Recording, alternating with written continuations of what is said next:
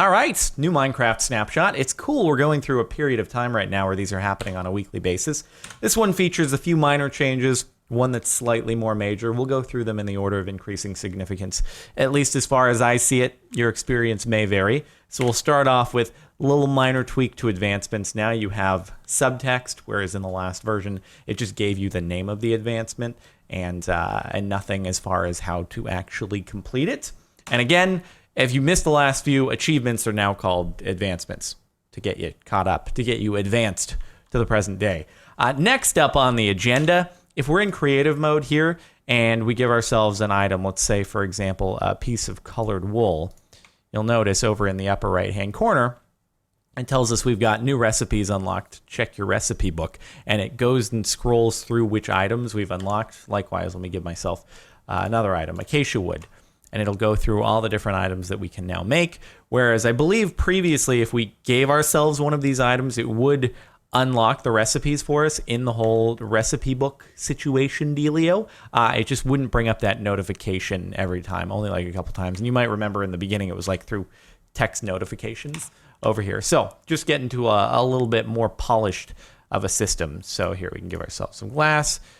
And it scrolls real quickly. I believe the duration of the notification stays the same, and it'll just scroll through the items quicker if there are more to cover. So just polishing up the whole recipe book situation a little bit more.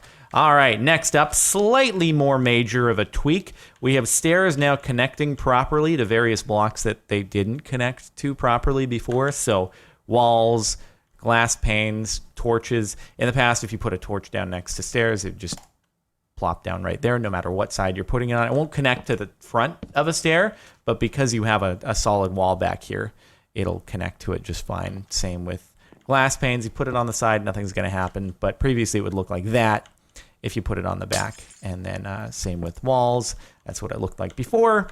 That's what it looks like now. So minor change, but it'll help with builds, I think, if this scenario comes up for you. Or maybe you have a build where this scenario has already posed an issue and now this will fix it. So that's good.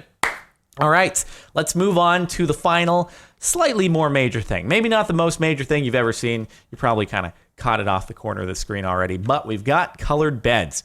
Not only are they colored, though, there's a little more to it than that. They're actually 3D models now, so I'm not sure if you recall, but if you looked under the bed in the older versions, it would kind of be clipping. It would be a 2D plane holding the bed up. Now it actually is a 3D model, right? So you have no weird little clipping that you see. And of course, you can color the beds. Now you can also do a thing because these, I forget what it's called, tile data or something like that. You're actually with commands able to make a hybrid color bed if you want to.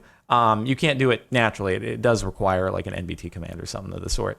But it's a possibility for you. Now, how do you make the colored beds, you ask? Well, it's pretty easy. It's kind of as you would expect. That it's always kind of bothered me, actually, the fact that previously, and hey, I have new recipes unlocked.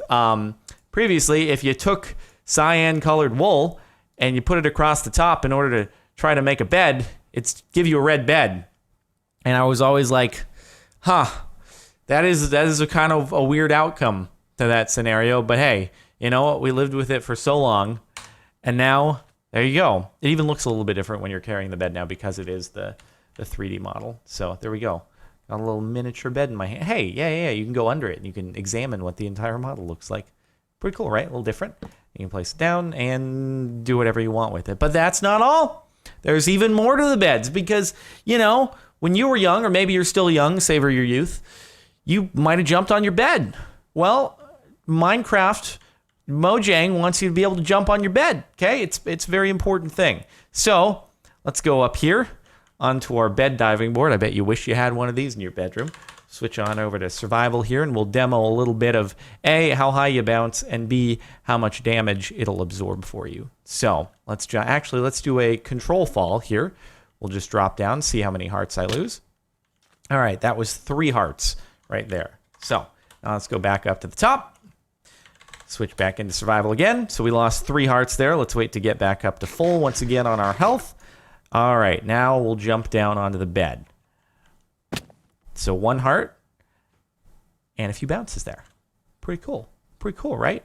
Okay, and then just to compare with slime blocks, right, which you don't take any damage on, and you bounce a little bit higher. So the bed is kind of like an in-between from actually just landing on flat ground and landing on a slime block, sort of a hybrid. So I'm curious to see if beds will now be integrated as a little parkour feature into things like adventure maps, parkour maps. That could be kind of cool, right? Here, let's jump on the bed once more. And I realized I actually dropped off. I didn't jump off. So here, let's jump off. That was 3.5 hearts. So that saved us 2.5 hearts of damage when I jumped off the platform onto the bed. So here, let's go in third person like this. Woo! There we go. So, I mean, if you just jump on it, this is me just jumping on the bed. Gives you tiny little bit of spring there. 1, 2, 3, like 4 little kind of mini bounces after the fact. Nothing too significant, but still kind of cool, right? As opposed to slime where you just kind of keep bouncing up and down quite a bit. So that's what's new with beds. There's one more way to craft them. You're also able to take any existing bed and dye it a new color. So if we take the white wool here in order to make a white bed, then we add that back in, add some cyan dye to it. Then again, another way to make a cyan bed or whatever color you want to make it. So you can do it in those couple different ways, however you would like to do it. So anyway, that's about it for this snapshot. I hope you've enjoyed. Make sure to like if you liked. If you want to try it out for yourself, it's available on the launcher. And subscribe if you're not already. If you're interested in the music playing right now, it is over on the music channel, link in the outro. And I'll see you next time.